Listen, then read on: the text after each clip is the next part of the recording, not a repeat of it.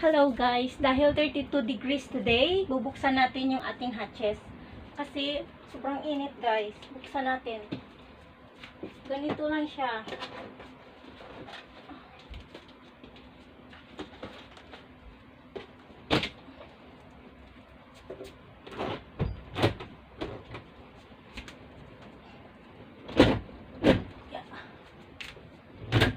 Yan. Yan na, bukas na siya guys. Kita nyo ba?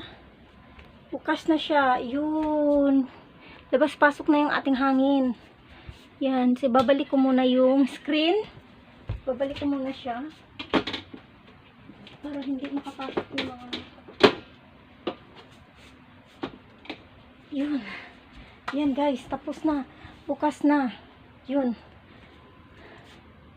Tapos kung nakikita nyo rin guys, yung kabila, kasi tatlo yan yung aming hatch, ng isa na sa loob ng kwarto. Pero hindi ko nabubuksan doon, ito lang. Tapos kung nakikita nyo, ayan, ito yung aming bus na bahay, ang aming living room. Bukas na rin siya dito guys, yung pangalawang hatch, bukas na rin. Tapos yung aming mga bintana, bukas na. Tapos ito, yung curtain namin, tinaas ko muna siya guys, ayan. Tinaas ko siya kasi ang init talaga. Yan. Yun lang. Aming mga bintana ngayon lahat ay bukas. Dahil 32 degrees dito.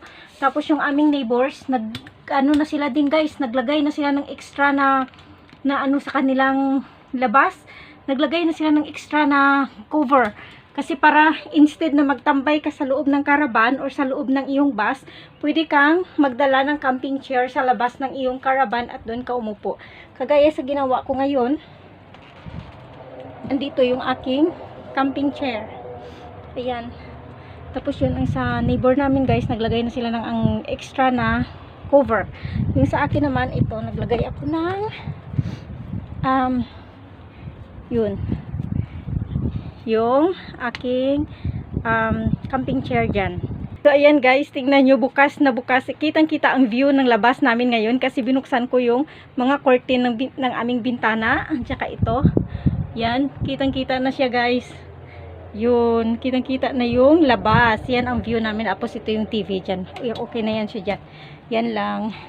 Kitang-kita na yung view habang nagkakape ako dito guys. Kitang-kita ang view. Yan lang, bye!